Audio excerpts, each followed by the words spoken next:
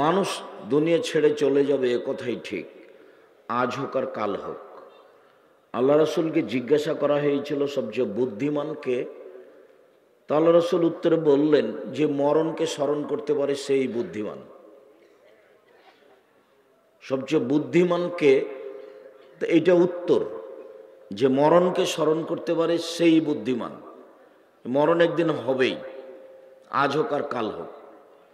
আমি যখন মরণ একদিন আসবে এ বইটা লিখলাম, তো আমাদের পাশের এক উচ্চশিক্ষিত মাস্টার বললেন, মরণ একদিন আসবে এটা তো কমন কথা, তুমি এই নামে বই লিখলা কেন? তা আমি বললাম পড়েন। তো কিছুদিন পরে দেখা হয়ে বলছে, তোমার বইটা আমি 10 বার পড়ে দেখেছি, 10 বার। তো আমার জীবনে আমি যত বই পড়েছি তাতে এই বইটাই আমি 1 নম্বরে রেখেছি। উচ্চশিক্ষিত মানুষ, মরণ একদিন আসবেই। মানুষের জীবন একেবারেই অস্থায়ী, আর যা উপার্জন করেছে তা 4 ভাগে ভাগ। যা খায় তা পায়খানা, মা কালা ফাফনা। যা খেলো তা নষ্ট হলো, যা পরে তা পুরাতন হলো, মালাবেসা ফাবলা। 3 মা আতা ফাক্তানা, যা দিল তা জমা হলো। 4 ওমা সেওয়া জালেকা ফাহজায়েবুলিন্নাস, যেটা ছেড়ে যাবেন সেটা মানুষে ভাগ করে নেবে। স্বাভাবিক গতিতে ভাগ করবে, না হয় মারামারি করে ভাগ করবে, না হয় মামলা করে ভাগ করবে। ভাই ভাই হলে হতে পারে, যেভাবে হোক প্রয়োজনে মারামারি করে ভাগ করে নেবে। আমাদের গ্রামে বাপ মরার কিছুদিন পরে বাড়ির সব কিছু ভাগ করা শুরু করলো, তো এক পর্যায়ে ঢেঁকিটা কেটে ভাগ করে নিল। ঢেঁকিটা একজনকে দিয়ে দিবে, এটা তারা মেনে নিতে পারেনি। যা আপনি রেখে যাচ্ছেন তা ভাগ হবেই, এই কথাই ঠিক। অতএব জীবনের নাম হলো মিছে মিছে, আছে আর নেই। একদিন দেখেছিলাম বয়স 40, তাই দেখি আজ 60। হঠাৎ দেখি ও আর নেই, তার নাম বয়স। সবচেয়ে বুদ্ধিমান কে? আল্লাহর নবী মরণকে যে স্মরণ করে। আল্লাহর নবী বললেন, ফাকসিরু যিকরা হাদিমিল লাজ্জাতিল মাউত। পৃথিবীর মানুষ, তোমরা ওই জিনিসটাকে বেশি স্মরণ করো যে জিনিসটা মানুষের স্বাদকে কেটে দেয়। প্রত্যেকটা মানুষের জীবনে একটা স্বাদ আছে। আপনার নরসিংদী বাবু বাজার, তাই না, বাবুরহাট একটা বড় দোকান নিবে, এটা তার স্বাদ। ও একটা ভ্যান কিনবে, এটা তার স্বাদ। তো এইটাকে কেটে দিল কি? মরণ। মরণ আসলো, স্বাদ মিটে গেল। তা আল্লাহ রাসূল বলছেন, যে জিনিসটা মানুষের স্বাদকে কেটে দেয় সেই জিনিসটা স্মরণ করো, সেটার নাম মরণ। আল্লাহ রাসূল একবার বললেন, জুরু কাবরাকুম ফাইন্নাহু তুযাক্কিরু মাউতাকুম। মরণ স্মরণ করো, কবর জিয়ারত করো, মরণ স্মরণ হবে। কবর জিয়ারত করো, মরণ স্মরণ হবে। মাঝে মধ্যে কবর জিয়ারত করতে যেতে হবে। কেবলার দিকে মুখ করে হাত তুলে দোয়া করতে হবে এককভাবে। কবরের পাশে সবাই মিলে হাত তুলে দোয়া করা বিদআত। দলবদ্ধভাবে কবরের পাশে দোয়া চলবে না। যেসব মাধ্যম দিয়ে আল্লাহর নবী মানুষকে পরকালমুখী করতে চেয়েছেন, তার সবচেয়ে বড় মাধ্যম জাহান্নাম আর জান্নাত।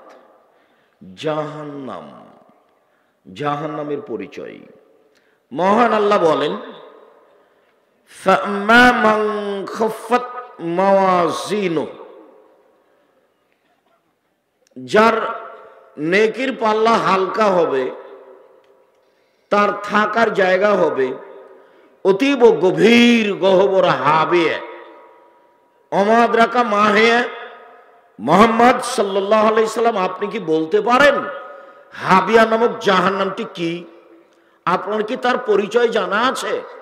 আমি বলি, নারুন হামিয়া, তা হচ্ছে জ্বলন্ত উত্তপ্ত আগুন। জাহান্নাম বলতে আগুনের এক টুকরাকে বোঝানো হয়। জাহান্নাম বলতে আগুনের এক খণ্ডকে বোঝানো হয় জাহান্নাম।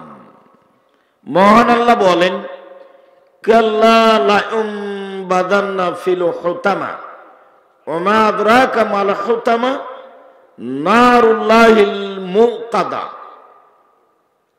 কখনো নহে, অবশ্যই অবশ্যই তাকে চূর্ণ বিচূর্ণকারী হোতামা নামক জাহান্নামে নিক্ষেপ করা হবে। মুহাম্মদ সাল্লাল্লাহু আলাইহি সাল্লাম, আপনি কি বলতে পারেন হোতামা নামক জাহান্নামটি কি? হোতামা নামক জাহান্নামের পরিচয় আপনার জানা আছে? আমি বলি, নারুল্লাহিল মুকাদা, তা হলো জ্বলন্ত উত্তপ্ত আগুন। আল্লাহ তাআলা জাহান্নামের পরিচয় দেন। আল্লাহ তাআলা বলেন, সাউসলিহে সাকার, অচিরেই আমি তাকে সাকার নামক জাহান্নামে নিক্ষেপ করব। ওমা আদরাকা মা সাকার, মুহাম্মদ সাল্লাল্লাহু আলাইহি সাল্লাম আপনি বলতে পারেন সাকার নামক জাহান্নামটি কি? লা তুবকি ওয়ালা তাদার, সাকার এমন একটি জাহান্নাম যে জাহান্নাম মানুষকে ছাড়বেও না, যে জাহান্নাম মানুষকে মারবেও না, যেখানে মানুষ মরেও না, যেখানে মানুষ বাঁচেও না, তার নাম জাহান্নাম। আল্লাহ তাআলা অন্য জায়গাতে বলেন, লা ইয়ামুতু ফিহা ওয়ালা ইয়াহইয়া, মানুষ জাহান্নামে মরবেও না, মানুষ জাহান্নামে বাঁচবেও না। এইটা আবার কি? আল্লাহ তাআলা অন্য জায়গাতে বলেন, ওয়ায়াতিহিল মাউতু মিন কুল্লি মাকানিন ওয়া মা হুয়া বাইবানিয়াত, মরণ তাকে চতুর্দিক থেকে ঘিরে ধরবে কিন্তু মরবে না, তার নাম জাহান্নাম। আল্লাহ তাআলা বলেন, কাল্লা ইন্নাহা লাযা নাযাতান লিশাওয়া, অবশ্যই এইটা একটা জ্বলন্ত উত্তপ্ত ক্ষিপ্ত আগুন যা মানুষের চামড়াকে ঝলসিয়ে দেয়। তাদু, ডাক দে ওকে, মানে তাওয়াল্লা, যে উল্টা মুখে চলে যায়, কথা মানে না। ফাজামা ও আওয়া ফাআওয়া, টাকা পয়সা গুনে গুনে রাখে, খরচ করে না, হিসাব নিকাশ করে একত্রিত করে, এই লোককে জাহান্নাম বিচারের মাঠে ডাক দিবে। জাহান্নাম এমন একটি জায়গা যা ক্ষিপ্ত আগুনের নাম। সম্মানিত দিনী ভাই বোন, আল্লাহ তাআলা জাহান্নামের পরিচয়ে বলেন, ইন্না লাদাইনা আনকালাম ওয়া জাহিমা, নিশ্চয় আমার নিকটে রয়েছে দুর্বহ বেড়ি এবং দাউ দাউ করে জ্বলতে থাকা আগুন। অতমান রাগুসা, কাঁটাযুক্ত খাদ্য, ও আযাবানা আলিমা, আর কষ্টদায়ক শাস্তি, জাহান্নাম। ইন্না জাহান্নামা কানাত মিরসাদা, নিশ্চয় জাহান্নাম মানুষকে ধরার জন্য ওঁত পেতে বসে আছে। জাহান্নাম মানুষের শত্রু। লিত্তাগিনা মাআবা, যারা স্বৈরাচারী, স্বেচ্ছাচারী, বদমেজাজি, অহংকারী, ধোঁকাবাজ, লুটতরাজ, রাহাজানি করে, জোর জুলুম করে বাড়িঘর দখল করে, মানুষকে জেল হাজতে দেয়, তার থাকার জায়গা জাহান্নাম। এই কথা আল্লাহ তাআলা বলেন জাহান্নামের পরিচয়ে। সংক্ষিপ্তভাবে কোরআন মাজিদ থেকে আপনার জন্য জাহান্নামের পরিচয় পেশ করছিলাম। এবার একটু আল্লাহ রাসূল বলেন, ইদওয়ান ইবনে গাজওয়ান রাদিয়াল্লাহু তাআলা আনহু বলেন, আল্লাহর নবী বলেছেন, ইন্না সাখরাতাল লাযীমা লাতুলকা মিন শাফির জাহান্নাম ফাতাবি ফি কারিহা বাদা সাবিনা আম, একটা বিশাল পাথরের খণ্ড 1 কোটি মণ, 1000 কোটি মণ জাহান্নামের মুখের উপরে যদি ছেড়ে দেওয়া হয়, তাহলে নিচে পৌঁছিতে 70 বছর সময় লাগবে। 1 কোটি মণ ওজনের একটা পাথর যদি 1 ঘন্টার নিচে যায় কত কিলো যেতে পারে? 1 মাস, 1 বছর, 70 বছর গেলে কত কিলো যাবে মানুষ জানে না। জাহান্নাম কত গভীর। মুহাম্মদ সাল্লাল্লাহু আলাইহি সাল্লাম বলেন, সমস্ত মানুষ, সমস্ত জিন সবকিছু যদি একবারে জাহান্নামের দরজা দিয়ে ঢোকে তাহলে দরজায় ঢুকতে কোনো অসুবিধা হবে না। তার নাম জাহান্নাম। জাহান্নাম বিচারের মাঠে থাকবে, জান্নাত থাকবে, আল্লাহ থাকবেন, ফেরেশতা থাকবেন, পশু প্রাণী থাকবে। বিচারের মাঠ কত বড়! আল্লাহ তাআলা বলেন, ওয়াইদাল আরদু মুদ্দাত, যেদিন পৃথিবীকে সম্প্রসারিত করা হবে, কত বড় করা হবে তা মানুষ জানে না। তবে জাহান্নাম বিচারের মাঠে থাকবে, জান্নাত থাকবে, আল্লাহ থাকবেন, ফেরেশতা থাকবেন, মানুষ থাকবে, জিন থাকবে, পশু প্রাণী থাকবে। বিচারের মাঠ কত বড়, জাহান্নাম কত বড়। জাহান্নামীদের পরিচয় আবু হুরায়রা রাদিয়াল্লাহু তাআলা আনহু বলেন, রাসূল সাল্লাল্লাহু আলাইহি সাল্লাম বলেছেন, বাইনা মানকিবাইল কাফির সালাসাতা আইয়ামিল রাকিবিল মুসরি, একজন জাহান্নামীর ডান কাঁধ থেকে বাম কাঁধের ব্যবধান 3 দিন 3 রাতের পথ। একটা দ্রুতগামী ঘোড়া একজন জাহান্নামীর ডান কাঁধে দৌড়াতে আরম্ভ করলে বাম কাঁধে পৌঁছিতে 3 দিন সময় লাগবে। এই কথা রাসূল সাল্লাল্লাহু আলাইহি সাল্লাম বলেন। আবু হুরায়রা রাদিয়াল্লাহু তাআলা আনহু বলেন, রাসূল সাল্লাল্লাহু আলাইহি সাল্লাম বলেছেন, ইন্না গিলজা জাহান্নাম, ইন্না গিলজা জিলদিহি ওয়া ইসনানে আরবাউনা যিরা, একজন জাহান্নামীর গায়ের চামড়া 42 হাত মোটা। ওইনা জিরসা মিসল উহুদিন, তার দাঁত উহুদ পাহাড়ের সমান বড়। উহুদ পাহাড় 4 কিলোমিটার প্রশস্ত, 8 কিলোমিটার লম্বা। নিচে কত আছে তা মানুষ জানে না। তিনি বলেন, ওইনা ফাকেদাহু মিসল বাইজা, একজন জাহান্নামীর উরু রান বাইজা পাহাড়ের সমান। বাইজা পাহাড় 39 কিলোমিটার লম্বা। তিনি বলেন, আইনা মাজলিসুহু মিন জাহান্নাম মা বাইনা মক্কা ওয়াল মদিনা, একজন জাহান্নামীর বসার জায়গা মক্কা থেকে মদিনা 450 কিলোমিটার। একজন জাহান্নামীর বসার জায়গা যদি 450 কিলোমিটার হয়, প্রতি হাজারে 999 জন মানুষ যদি জাহান্নামে যায়, তাহলে জাহান্নাম কত বড়! সম্মানিত দিনী ভাই বোন, আমরা সংক্ষিপ্তভাবে জাহান্নামের পরিচয় পেশ করছিলাম। জাহান্নামকে বিচারের মাঠে টেনে নিয়ে যাওয়া হবে। মহান আল্লাহ বলেন, ওয়াজিয়া ইয়াউমাইযিন বিজাহান্নাম, যেদিন জাহান্নামকে টেনে হেঁচড়ে বিচারের মাঠে নিয়ে যাওয়া হবে, ওকে রেডি করা আছে। আব্দুল্লাহ ইবনে মাসউদ রাদিয়াল্লাহু তাআলা আনহু বলেন, রাসূল সাল্লাল্লাহু আলাইহি সাল্লাম বলেছেন, ইজা ইয়াউমাইযিন জাহান্নাম, বিচারের মাঠে সেই দিন জাহান্নামকে টেনে হেঁচড়ে নিয়ে যাওয়া হবে। আল্লাহ সাবুনা আলফা জেমাম, জাহান্নামের গায়ে 70,000 লোহার রশি লাগানো থাকবে। মা কুল্লে জেমামিন সাবুনা আলফা মালাক, প্রত্যেক রশির সাথে 70 জন করে 70,000 করে ফেরেশতা থাকবেন। সবাই টেনে নিয়ে যাবে। একজন ফেরেশতার এত ক্ষমতা, এই গোটা বিশাল পৃথিবীকে হাতে উল্টে দিতে পারে।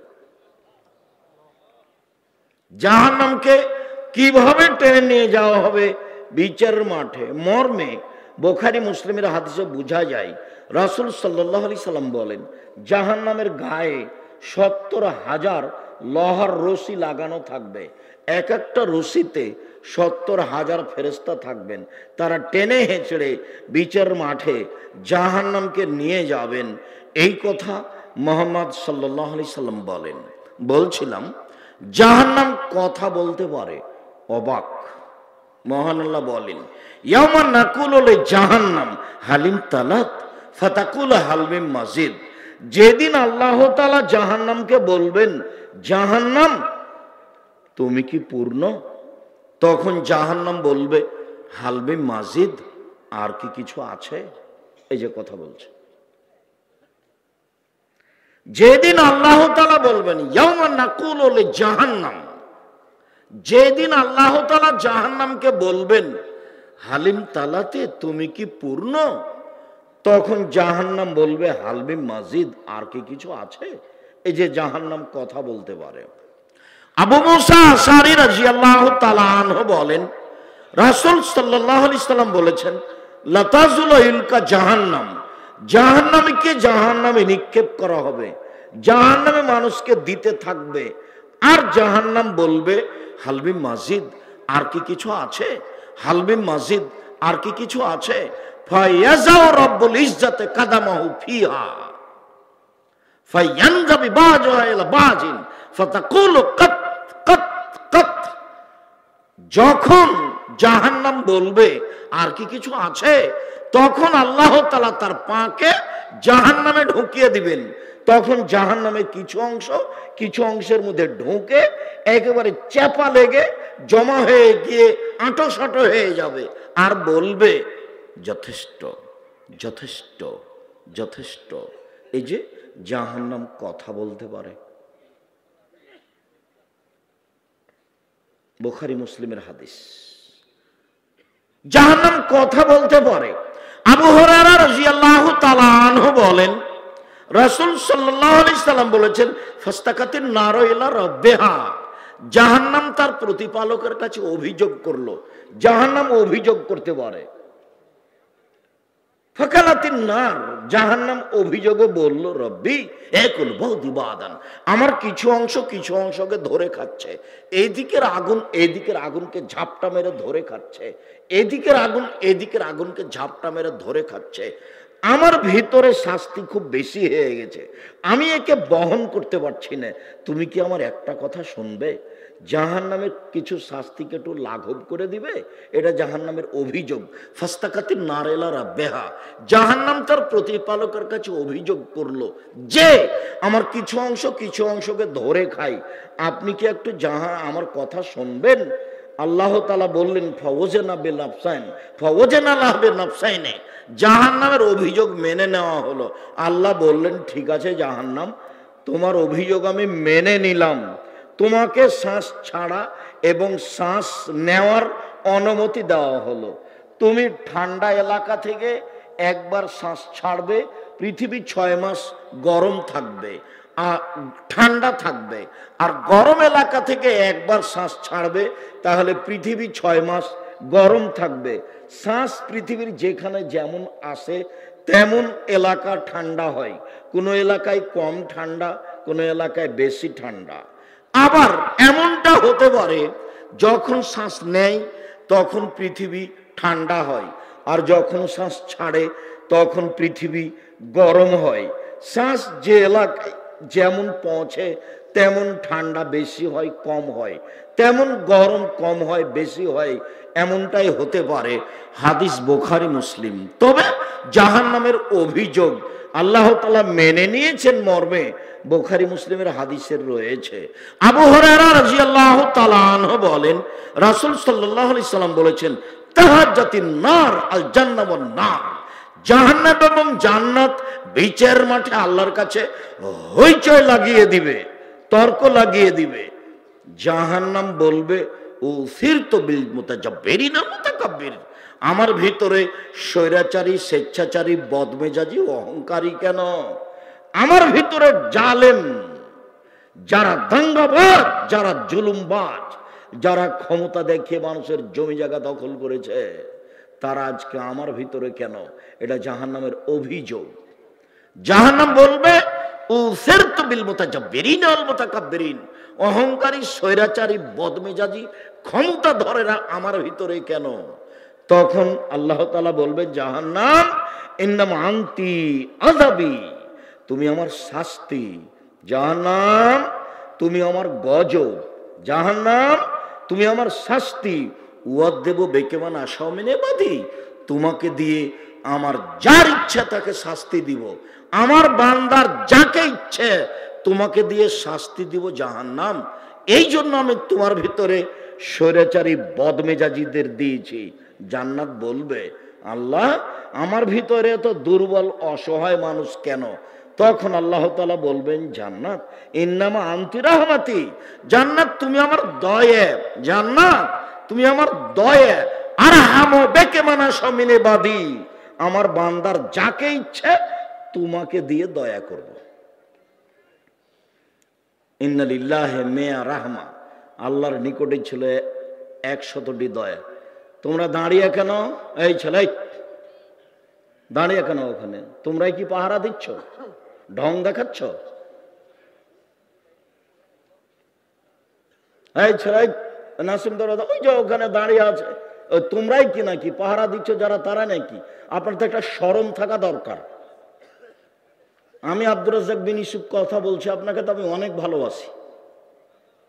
আপনি আমাকে কি দেখাতে চাচ্ছেন? আপনি নিজে কষ্ট পান, এটা তো আমি চাইনি। আপনি গতানুগতিক প্রোগ্রাম পেয়েছেন। 33 বছর আমি কোনোদিন অপ্রয়োজনীয় বাক্য বলিনি। 33 বছরে কিসসা কাহিনী বলিনি। হঠাৎ একদিন গাড়ির গায়ে লেখা আছে আদ-দাওয়া ইলাল্লাহ। তো দেখে আমি বিষয়টা ভাবলাম, ব্যাপারটা কি? আদ-দাওয়া ইলাল্লাহ কি? তো বলছি, আব্বু আদ-দাওয়া ইলাল্লাহ কি? আমার জানা নাই।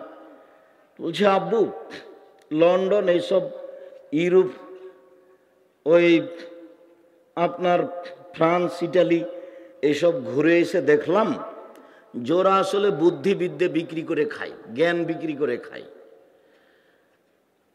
তো আমাদের দেশ তো দেখি সবাই খালি রাস্তা নিয়ে ব্যস্ত। বহির্বিশ্ব থেকে বড় বড় মহিলা ডাক্তার নিয়ে এসে এদেশে যদি বড় বড় আপনার মেডিকেল করতো, আমাদের দেশের মেয়েদেরকেও বড় ডাক্তার করতো, মেয়েরা চিকিৎসা পেত মেয়েদের কাছে।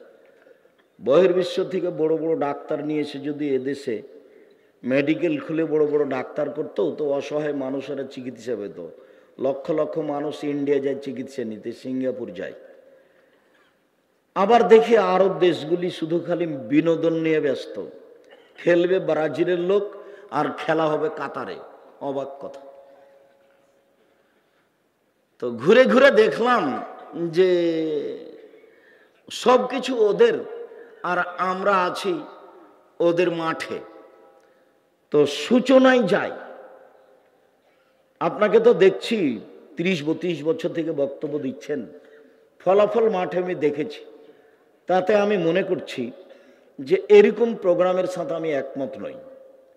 মক্তব ভিত্তিক শিক্ষা কার্যক্রম, মক্তব ভিত্তিক দাওয়াতি কার্যক্রম চালু করবো ইনশাল্লাহ এ দেশের মাটিতে। সারা দেশ জুড়ে মক্তব ভিত্তিক শিক্ষা কার্যক্রম, মক্তব ভিত্তিক দাওয়াতি কার্যক্রম চালু করব সারা দেশ জুড়ে ইনশাআল্লাহ।